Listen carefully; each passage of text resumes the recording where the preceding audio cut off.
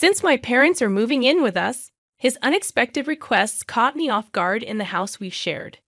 I was taken aback to be told such a thing. I hesitated but managed to request some time to pack. "Can you wait until tomorrow?" I asked. That was my response after some thought. Coldly, he replied, "Fine, I'll stay in a nearby hotel until then. I don't want to see your face." I wondered where he planned to get the money for the hotel from our joint account, but I decided not to ask him right then and remained silent. "If you leave any of your stuff, I'll throw it away," he said as he opened the door. I watched him leave and let out a deep sigh. I'm the one paying $1,800 a month for the house mortgage. Sometimes I wondered if he truly understood that. I pulled myself together and contacted our daughter Anna. "Anna, I need to leave the house for a bit. Can I stay with you for a while?" Sure. I'll come pick you up tomorrow." "Thank you so much," I replied, feeling grateful for her words. I dialed another number. I felt like George had been looking down on me, so I decided to give him a lesson. In the end, George had a tough experience. "My name is Sarah. I'm 51, and I spend my days working hard at work and at home. I live with my husband, George. One day, I met him through an acquaintance, and before I knew it, we were married. At 23, we were blessed with an angelic daughter, Anna. However, George hardly ever paid attention to Anna, and I was mostly the one taking care of her. Hey, play with Anna once in a while, I'd say."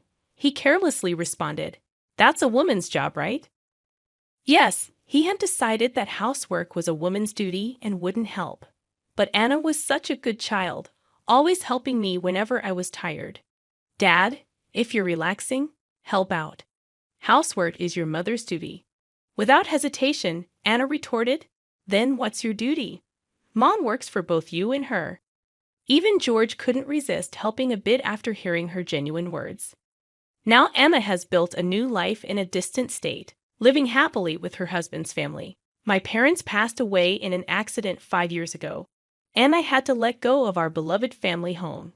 George's parents live a bit far away, and we only see them at occasional family gatherings. They don't interfere with our lives and live peacefully. The relationship between George and me was, to put it mildly, complicated. Simply put, he's living day to day like a part-timer. "How's your current job?" I'd ask. "I quit again," he'd say. His nature is to quit at the slightest obstacle. Whenever there's a problem, he runs away quickly. At best, he stays at his job for 3 months. At worst, he quits on the first day. Because of this pattern, there aren't many companies willing to employ him long-term. So even at 56, he's stuck doing part-time jobs. We often fight over this. Don't he want to take things more seriously? I'd ask. "You're so persistent." "People just don't appreciate my abilities," he'd respond. George's educational background is impressive. He graduated from a renowned university. But one's worth isn't just about their educational background, and I believe he should utilize that impressive education in his work. But I sometimes doubt if he's truly leveraging his abilities. My background is different. I started working right after high school. During high school, my father fell, and I had to support our family financially. Thanks to that, I've become a reliable figure in my company, yet it seemed that George didn't appreciate my efforts. "You didn't even go to college, yet you complain about me whenever I voice my opinion," he'd say. So lately, I've been careful about what I say to him.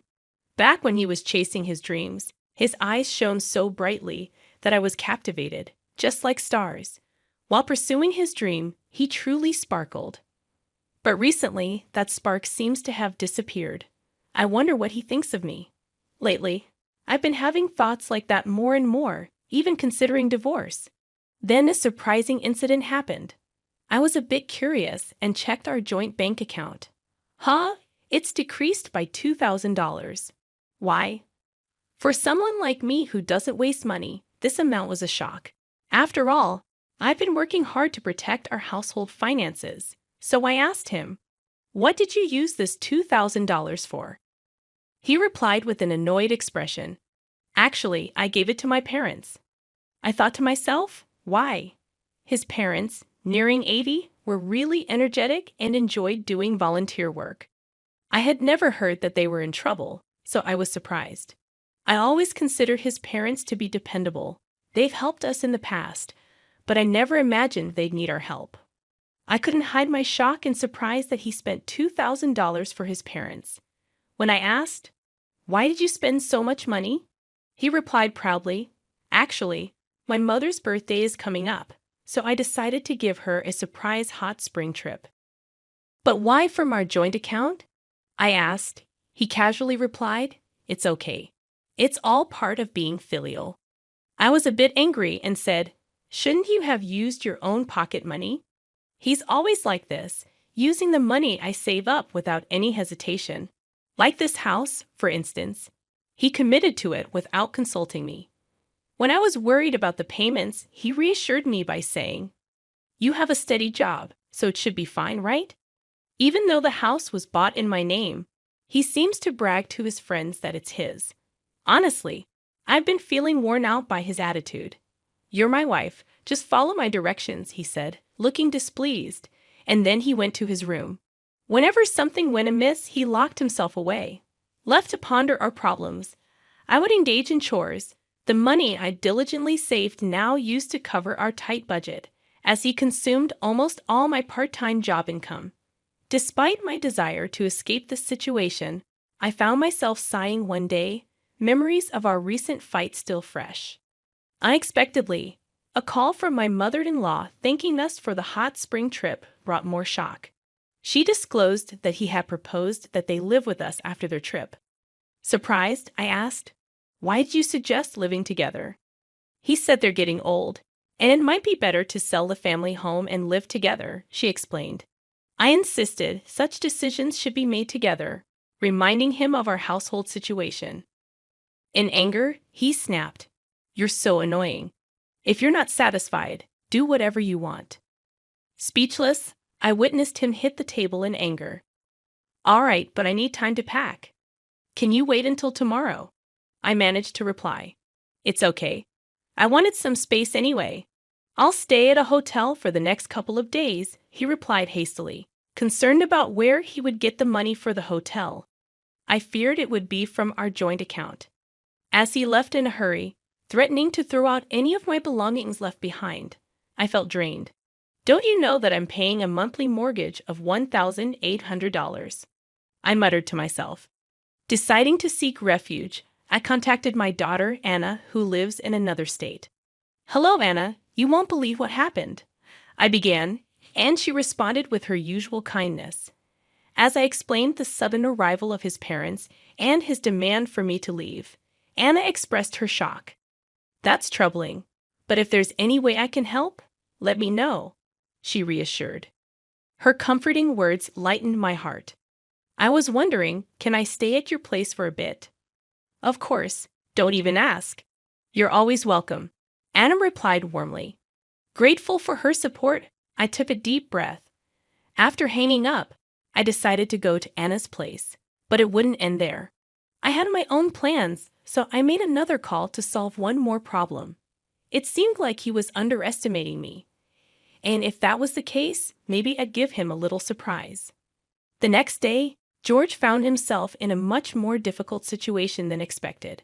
His home, once a source of stress, now felt like a true sanctuary for the soul. For the first time in a while, I had a genuinely relaxing moment. Taking a break from work, I enjoyed some me time, basking in the warmth of my daughter and her husband's family, who warmly welcomed me. The bond within the family felt incredibly special, especially after my mother-in-law's passing. Even my little granddaughter, initially wary, reached out to play with me, her voice calling me Grandma oddly comforting. In the midst of this peaceful time, my mobile rang, and looking at the notification, I thought to myself, I knew it. I answered, and George, sounding frantic, asked, "What happened?" "The house is a mess." Suppressing a chuckle, I replied, "That's because, like you said, I removed almost everything." Perplexed, he inquired, "What do you mean, almost everything?" I explained that I had contacted a friend running a waste collection service, and they helped me clean out furniture and appliances. Recyclable items went to a trusted recycling shop, and non-recyclables were properly disposed of. Reminding him that I chose and bought most of the stuff in our house, I playfully teased, "Do you recall anything you bought with your own money?" Taking time to think, George replied, "You may be right." But the situation seemed a bit extreme to him. At that moment, Anna approached me, taking my phone with a smile, saying, "Mom, let me borrow this for a bit."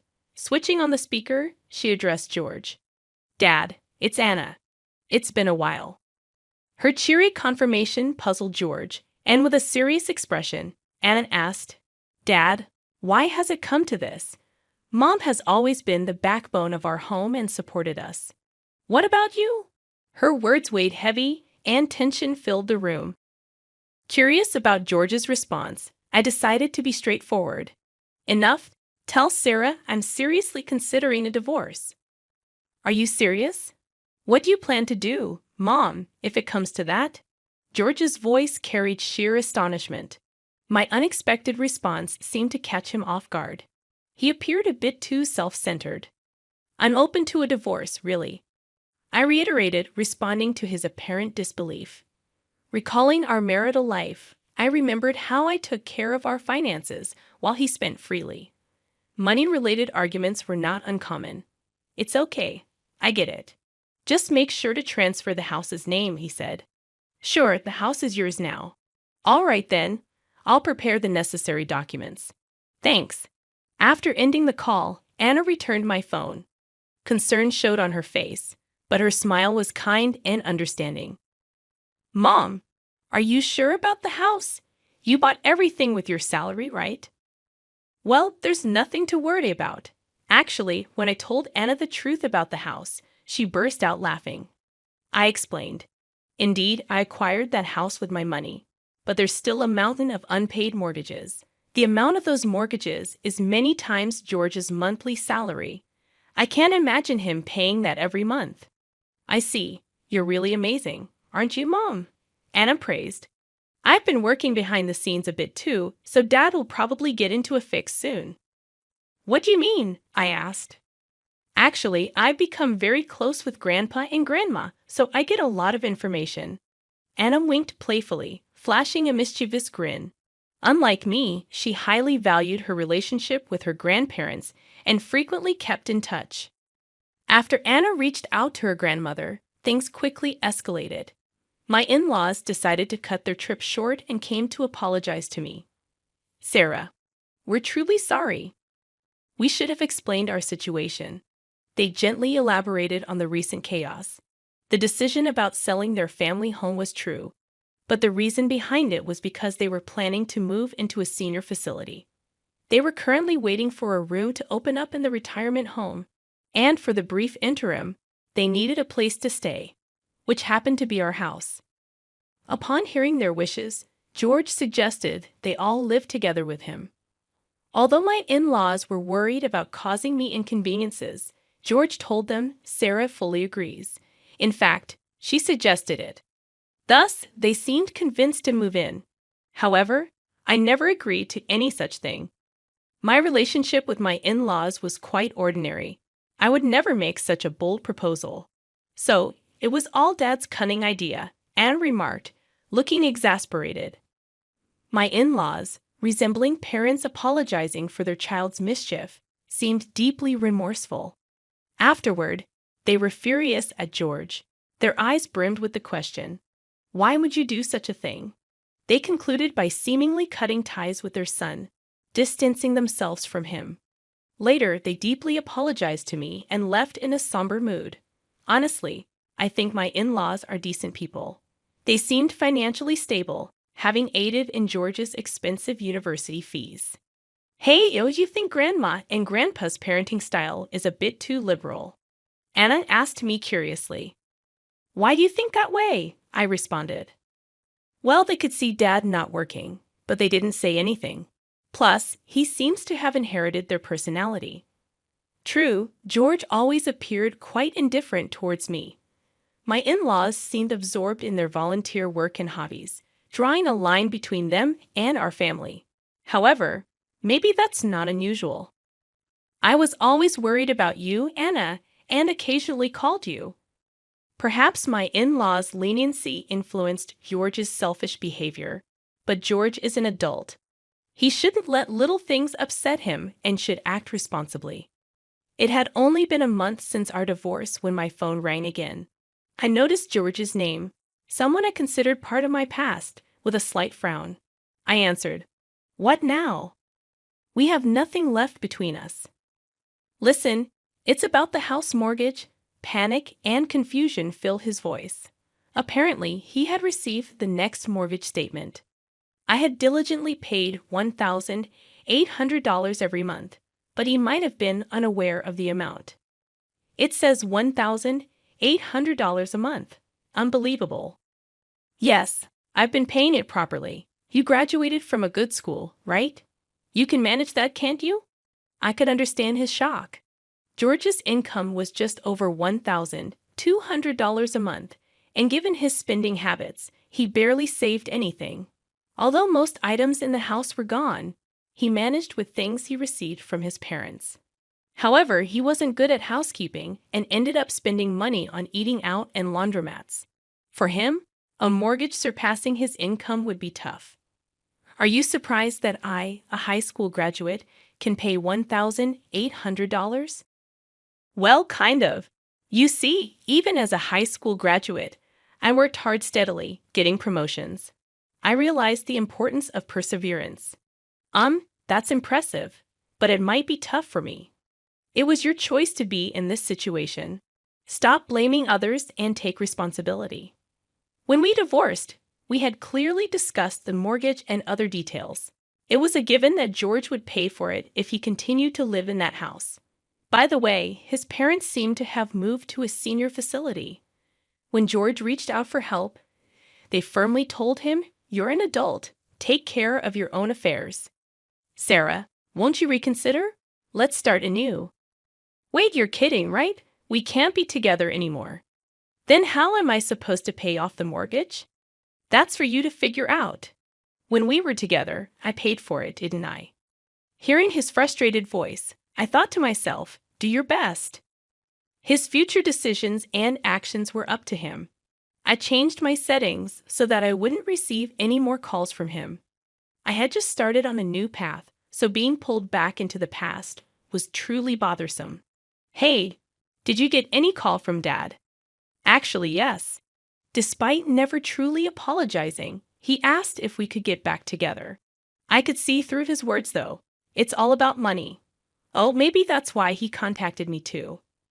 After I rejected his proposal, it seemed he had been contacting Anna numerous times. Despite always being weak in front of Anna, him persistently trying to contact her might mean he was genuinely struggling. I told him that this is the result of his actions. Exactly. Also, now that you finally have the peace you deserve, Mom, I told him sternly not to cause any more trouble. Thank you so much, Anna. I'm so happy to see my daughter grow into such a considerate and wonderful woman. I felt proud of her. Hey, Mom. I've been wondering, do you know what Dad was spending his money on? Why do you ask? Didn't he frequently spend money on gambling? At that, I couldn't help but chuckle.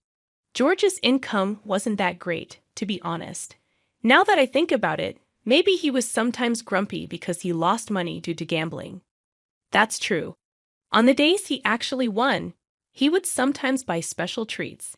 His personality was perhaps a bit simple, but I wonder why I even married him. I chuckled at the naivety of my past self. When my friend introduced me to him, he seemed to sparkle. But Anna is smart. She learned from my experiences and chose someone opposite of George, someone truly kind. Anna's husband is family-oriented, spends weekends with her and their daughter actively, and has a high position at his job, ensuring a stable life. He loves playing with his daughter during his free time and occasionally checks up on me. You really chose a good man. Do you think so, Mom? Thank you. As she spoke with a beaming smile, she looked genuinely happy. From now on, it's time for you to enjoy your life more. I'm getting older, though. I'm not sure where to start. Age is just a number, Mom. You can still find a lot of happiness ahead of you. Hearing Anna's words warmed my heart. I suddenly hoped for someone understanding, like Anna's father-in-law, to be my next partner in life. Just then, I heard my granddaughter calling out to play. "Grandma, come play with me." "Oh, have you been waiting to play with me? Let's play together." Surrounded by Anna's joyful family, I too was smiling. I'm glad that Anna is blessed with such a wonderful family. Changing the topic, Anna said, "It seems George faced financial difficulties and had to sell a house. He used the money to pay off some debts, but moved to a cramped apartment. He struggled to find a stable job, and his debts only grew. Eventually, he couldn't even pay rent and ended up living on the streets. One day, I heard shocking news that he was taken away by a shady group. His path was indeed a result of his own choices. George's parents felt deeply remorseful. They didn't want to burden me anymore. They sold their house and used their savings to pay for a facility. They also ensured their inheritance would go to me. I don't need this much money, I told them, but they insisted it was their apology. In the midst of all this, with a bit of financial freedom, I considered moving out of Anna's home. But, Mom, you can stay here. I certainly don't want to bother you and your family, Anna. Actually, my husband and I were talking about living together with you. Really? It seems you've always cared for me.